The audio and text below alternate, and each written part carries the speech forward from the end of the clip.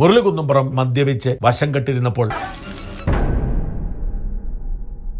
എത്ര വർഷമായി മുരളിയേട്ടൻ മദ്യപാനം നിർത്തിയിട്ട്? ഈ സെപ്റ്റംബർ 4 വന്നാൽ 13 വർഷം. ജലദോഷവുമായി ബന്ധപ്പെട്ടുണ്ടായിട്ടുള്ള മൂക്കൊലിപ്പ്, തലവേദന, അതിൻ്റെ പിന്നാലെ വന്നിട്ടുള്ള ചെറിയ പനി, ഇതെല്ലാം കാരണം വേണ്ടത്ര ഉശിരോടുകൂടി സംസാരിക്കാൻ കഴിയുന്നൊരു സാഹചര്യം എനിക്കില്ല. എന്നാൽ പോലും ചില കാര്യങ്ങൾ പറയാതെ പറ്റില്ല എന്ന് പറയുന്ന ഒരു വിചാരം ഉള്ളിൽ കിടന്നതുകൊണ്ട് പനിക്കിടക്കയിൽ നിന്നും നേരെ നാവുമെടുത്ത് ഞാൻ ഇങ്ങോട്ടേക്ക് പോരുകയാണ് ചെയ്തത്. വാസ്തവം പറഞ്ഞു കഴിഞ്ഞാൽ ഈ സംസാരത്തിന് എന്നെ പ്രേരിപ്പിക്കുന്നത് ഉണ്ണി മുകുന്ദനാണോ, ശ്രീ ഷാനൻസ്കറിയാണോ, അഭിലാഷ് പിള്ളയാണോ, മുരളി കുന്നുംപുറമാണോ, അതോ ഇവരോടൊക്കെയുള്ള പ്രേക്ഷകരുടെ പ്രതികരണങ്ങൾ കണ്ടതിലുള്ള അതിനോടുള്ള ഒരു വിമർശനമോ യോജിപ്പോ കലർന്നിട്ടുള്ള മനോഭാവങ്ങൾ കൊണ്ടോ മാനസികാവസ്ഥ കൊണ്ടാണോ ഒന്നും എനിക്കറിയില്ല. എന്തുകൊണ്ടോ ഞാനിപ്പോൾ നാവുമെടുത്ത് ഈ വൈയായികളെ അവഗണിച്ചുകൊണ്ട് ഞാനിവിടേക്ക് വരികയാണ് ചെയ്യുന്നത്. അത്യാവശ്യം ചില കാര്യങ്ങൾ മുഖവുര വേണ്ടതുണ്ട് എന്നുള്ളത് കൊണ്ടാണ് കേട്ടോ ഞാനിങ്ങനെ സുദീർഘമായിട്ടുള്ള ഒരു മുഖവുരയിലൂടെ വിഷയത്തിലേക്ക് കടന്നു വരാമെന്ന് വിചാരിക്കുന്നത്. കഴിഞ്ഞ ചൊവ്വാഴ്ച മുരളി കുന്നുംപുറം എന്ന് പറയുന്ന ചലച്ചിത്ര നിർമ്മാതാവിന്റെ ഒരു വീഡിയോ കണ്ടു. എന്റെ മക്കളുടെ കൂടെ ഭാര്യനോട് ജീവിച്ചിട്ട് മതിയായിട്ട് സ്വാഭാവികമായിട്ടും ഞാനത് കണ്ടു കഴിഞ്ഞപ്പോൾ എനിക്കൊരു ഉൾക്കിടിലമുണ്ടായി. പൊതുവേ അത് എപ്പോൾ നടന്നതാണെന്നോ അതിനൊരാഴ്ച പഴക്കമുണ്ടായിരുന്നോ ഒന്നും എനിക്കറിയില്ല. ഞാൻ വിചാരിച്ചത് തത്സമയം അദ്ദേഹം ആത്മഹത്യ ചെയ്തേ അടങ്ങൂ എന്ന് പറയുന്ന വാശിയോടുകൂടി നിന്നുകൊണ്ട് സംസാരിക്കുന്നതായിട്ടാണ് ഞാൻ വിചാരിച്ചത്. പെട്ടെന്ന് തന്നെ എനിക്കൊരു അസ്വസ്ഥത. അത് ആരായാലും ഒരു ദുർബല നിമിഷത്തിൽ പെട്ടെന്ന് നമ്മുടെ ജീവൻ സ്വയം ഒടുക്കി ഇഹലോകത്തുനിന്ന് മറഞ്ഞു പോയി കഴിഞ്ഞാൽ തോറ്റുപോകുന്നത് അവർ മാത്രമാണ് എന്നും മരണപ്പെട്ടു പോകുന്ന വ്യക്തിയുടെ കുടുംബങ്ങൾക്കോ അതല്ലെങ്കിൽ അടുത്ത സുഹൃത്തുക്കൾക്കോ ഏതാനും ദിവസത്തേക്കോ അതല്ലെങ്കിൽ കുറച്ചുകൂടി നീണ്ട ഒരു നാളുകളിലേക്കോ കുറെ പ്രയാസമുണ്ടാകും എന്നതൊഴിച്ചു നിർത്തിക്കഴിഞ്ഞാൽ പിന്നീട് അവരെല്ലാം അവരുടേതായിട്ടുള്ള സ്വാഭാവിക ജീവിതത്തിലേക്ക് മടങ്ങിപ്പോകും. ഈ മനുഷ്യന്റെ മിച്ചമുണ്ടാകാൻ സാധ്യതയുണ്ടായിരുന്ന ഒരു വലിയ ജീവിതത്തെയാണ് അദ്ദേഹം ഒരു നിമിഷത്തെ ആലോചന ഇല്ലായ്മ കൊണ്ട് നശിപ്പിച്ച് സ്വയം ഹത്യയിലൂടെ ഇഹലോകവാസം മതിയാക്കി പോകുന്നതെന്നുള്ള ഒരു വിചാരം എനിക്കത് ആരുടെ കാര്യത്തിലായാലും ഇഷ്ടമുള്ളൊരു കാര്യമല്ല, ആത്മഹത്യ എന്ന് പറയുന്നത്.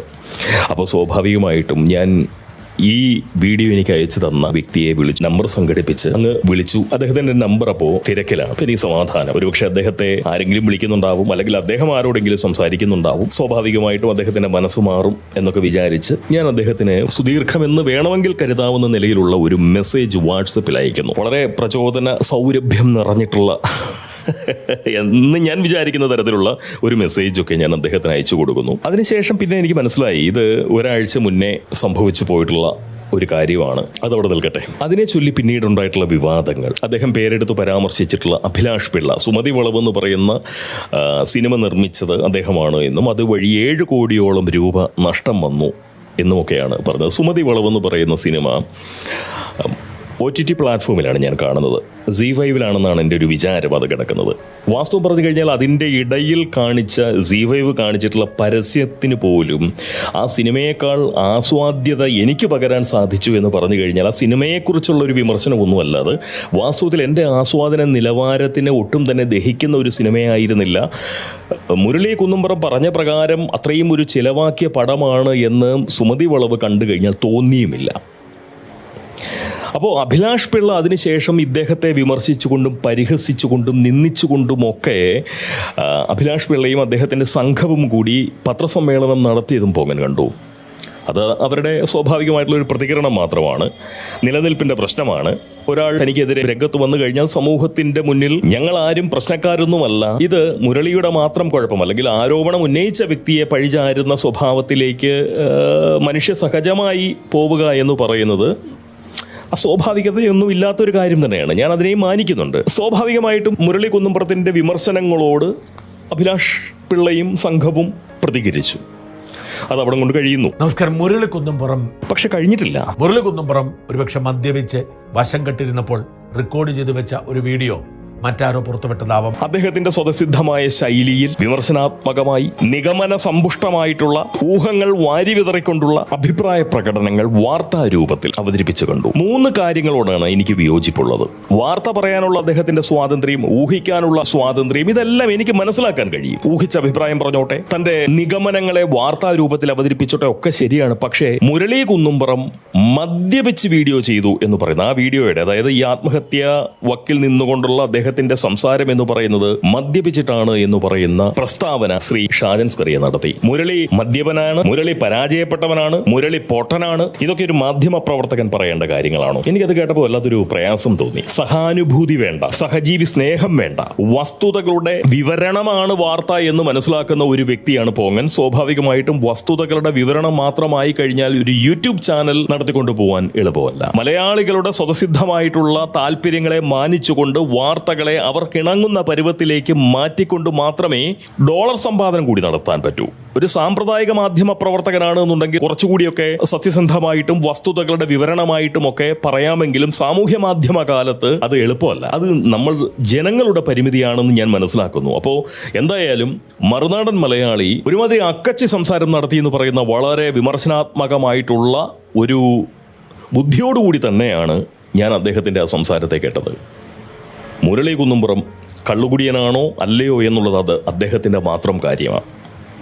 അദ്ദേഹം കുടിക്കുന്നില്ല എന്നുള്ളതാണ് നമ്മൾ മനസ്സിലാക്കിയത്. കാരണം അദ്ദേഹത്തിൻ്റെ മദ്യപാനം നിർത്തിയിട്ട് ഈ സെപ്റ്റംബർ 4 വന്നാൽ 13 വർഷം. അങ്ങനെ മുരളിയെ മാതൃകയാക്കിക്കൊണ്ട് മദ്യപാന ശീലത്തിൽ നിന്നും ദുശീലത്തിൽ നിന്നും പുറത്തു വന്നിട്ടുള്ള ഒരുപാട് ആളുകളുണ്ട് എന്നാണ് പറയുന്നത്. അത് നല്ലൊരു കാര്യവുമാണ്. അപ്പോൾ അങ്ങനെ മദ്യം കഴിക്കാതെ ജീവിച്ചു കൊണ്ടിരിക്കുന്ന ഒരു മനുഷ്യൻ, വിജയിയായ ഒരു ബിസിനസ്മാനായിട്ട് ജീവിച്ചു കൊണ്ടിരിക്കുന്ന ഒരു വ്യക്തിയെ ഷാജൻ സ്കറിയെ പോലെ ഇത്ര സ്വാധീന ശേഷിയുള്ള ധാരാളം കാഴ്ചക്കാരുള്ള ഒരു വ്യക്തി കുടിയൻ എന്നൊക്കെ പറയണമെങ്കിൽ അതിൻ്റെ പിന്നിൽ പ്രവർത്തിക്കുന്ന ക്രൂരബുദ്ധിയാണ് ഞാൻ ആലോചിക്കുന്നത്. അത് തെറ്റാണ്, അങ്ങനെ ചെയ്യരുത്. ഒരു മാധ്യമത്തിലൂടെ ഒരു മാധ്യമ പ്രവർത്തകൻ മറ്റൊരു വ്യക്തിയെക്കുറിച്ച് തീർച്ചയായിട്ടും ആ നിലയിലല്ല പറയേണ്ടത്. പിന്നെ പൊട്ടൻ എന്ന് വിളിക്കുന്നത് എങ്ങനെയാണ്? വാർത്ത പറയട്ടെ, പൊട്ടൻ എന്നെങ്ങനെ വിളിക്കുക ഒരാളെ? പരാജയപ്പെട്ടവൻ എന്ന് പരിഹാസത്തോടെ എങ്ങനെ പറയാൻ പറ്റുക? ഇതെല്ലാം ഷാജൻ സ്കറിയയുടെ ഭാഗത്ത് നിന്ന് സംഭവിച്ചപ്പോൾ എനിക്ക് സ്വാഭാവികമായിട്ടും ഒരു മനപ്രയാസം ഉണ്ടായി. ഇങ്ങനല്ല. അപ്പോൾ ഷാജൻ സ്കറിയോടുള്ള ഒരു വിയോജിപ്പ് മാത്രമല്ല ഇതിൻ്റെ പിന്നിൽ പ്രവർത്തിക്കുന്നത്. അദ്ദേഹത്തിൻ്റെ ക്രൂരമായ ഭാഷയെക്കുറിച്ചല്ല ഞാൻ പറയുന്നത്. ഒരു വ്യക്തിയുമായി ബന്ധപ്പെട്ട വിഷയത്തിൽ അഭിപ്രായം ഒരു യൂട്യൂബർ എന്ന നിലയിൽ ഞാൻ അദ്ദേഹത്തെ മാധ്യമ പ്രവർത്തകൻ എന്ന് കാണുന്ന ഒരാളും, അദ്ദേഹത്തിൻ്റെ ഈ സാമ്പ്രദായിക മാധ്യമങ്ങൾ അദ്ദേഹത്തെ യൂട്യൂബർ ഷാജൻ സ്കറിയ എന്ന് പറയുമ്പോൾ മാധ്യമ പ്രവർത്തകനായിട്ടുള്ള ഷാജൻ സ്കറിയ എന്ന് ആവർത്തിച്ച് പറയുകയും അത് വിശ്വസിക്കുകയും ചെയ്യുന്ന ഞാൻ, യൂട്യൂബിലൂടെ അദ്ദേഹം ഈ മാധ്യമ പ്രവർത്തനം നടത്തുമ്പോൾ അദ്ദേഹത്തിന് ധാരാളം ജീവനക്കാരുള്ളപ്പോൾ, ശമ്പളം കൊടുക്കേണ്ടതുള്ളപ്പോൾ സ്വാഭാവികമായിട്ടും കുറച്ചൊക്കെ ഒന്ന് പൊലിപ്പിക്കുന്നതിൽ തെറ്റില്ല. പക്ഷേ ഇത് വ്യക്തിവിരോധം തീർക്കുന്നത് പോലെ അദ്ദേഹം ഇടപെട്ടു എന്ന് പറയുന്ന ഒരു വിചാരത്തിൽ നിന്നിട്ടാണ് ഞാൻ ഈ സംസാരം നടത്തിയത്. ഇത് ഷാജൻ സ്കറിയോടുള്ള വിയോജിപ്പോ മറുനാടനോടുള്ള എതിർപ്പോ അതല്ലെങ്കിൽ ഏതെങ്കിലും ഒരു വ്യക്തിയോടുള്ള നീരസമോ കാരണമല്ല ഞാനിത് സംസാരിക്കുന്നത്. ഇങ്ങനല്ല മാധ്യമ പ്രവർത്തനമാവേണ്ടത്. നമ്മളിനി എന്നാ നന്നാവേണ്ടത്? 2026 ഡിജിറ്റൽ യുഗം അതിൻ്റെ ഏറ്റവും നല്ലൊരു കാലത്തിലേക്ക് കടന്നു പോകുമ്പോൾ ഇത്തരം അക്കച്ച വർത്തമാനം ഇനി പറയരുത്. ഒരു മനുഷ്യനോടുള്ള വിരോധവും അത് സ്നേഹമായാലും വിരോധമായാലും ഇത് രണ്ടും ഒരു മാധ്യമ പ്രവർത്തകനത് നടത്തരുത്. അത് ശരിയല്ല. അപ്പോൾ അതവിടെ നിൽക്കട്ടെ. ഇനി അഭിലാഷ് പിള്ളയും സംഘവും പറഞ്ഞിട്ടുള്ള കാര്യങ്ങൾ നോക്കുമ്പോൾ, അഭിലാഷ് പിള്ള എന്ന് പറയുന്ന വ്യക്തി അദ്ദേഹം എപ്പോഴാണ് സിനിമയിലേക്ക് വന്നത്, അതിനുശേഷം അദ്ദേഹം ഇപ്പോൾ എങ്ങനെ ഏത് അവസ്ഥയിൽ എത്തി നിൽക്കുന്നു, എത്രത്തോളം സിനിമ അദ്ദേഹം വിജയിപ്പിച്ചിട്ടുണ്ട്, ഒരു തിരക്കഥാകൃത്തിന് എഴുത്തുകാരന്, അതായത് ഇത്രമാത്രം സിനിമകൾ ചെയ്തിട്ടുള്ള ഇത്രമാത്രം വിജയങ്ങൾ സമ്മാനിച്ചിട്ടുള്ള ഒരു എഴുത്തുകാരൻ്റെ നിലയിലാണോ അദ്ദേഹം ഇപ്പോൾ നിൽക്കുന്നത്? അല്ല, അങ്ങനെ പറയാൻ പറ്റില്ല. അപ്പോൾ അദ്ദേഹത്തിന് നിൽക്കാൻ അറിയാവുന്ന ആളാണ്, നിലനിൽക്കാൻ അറിയാവുന്ന ആളാണ്, ഒപ്പമുള്ളവരെ നിലനിർത്താനും വേണ്ടാത്തവരെ ഇല്ലാതാക്കാനും കഴിയുന്ന തരത്തിലുള്ള വാസന പ്രകടിപ്പിക്കാൻ സാധിക്കുന്നവനാണ് അഭിലാഷ് പിള്ള എന്ന് പറയുന്ന ബോധ്യം പകരുന്ന അദ്ദേഹത്തിൻ്റെ പത്രസമ്മേളനം. അത് കണ്ടപ്പോൾ പനിക്കിടക്കയിൽ നിന്ന് ഞാൻ പതിയെ പോങ്ങി. അദ്ദേഹം പറയുന്നൊരു വർത്തമാനമുണ്ട്,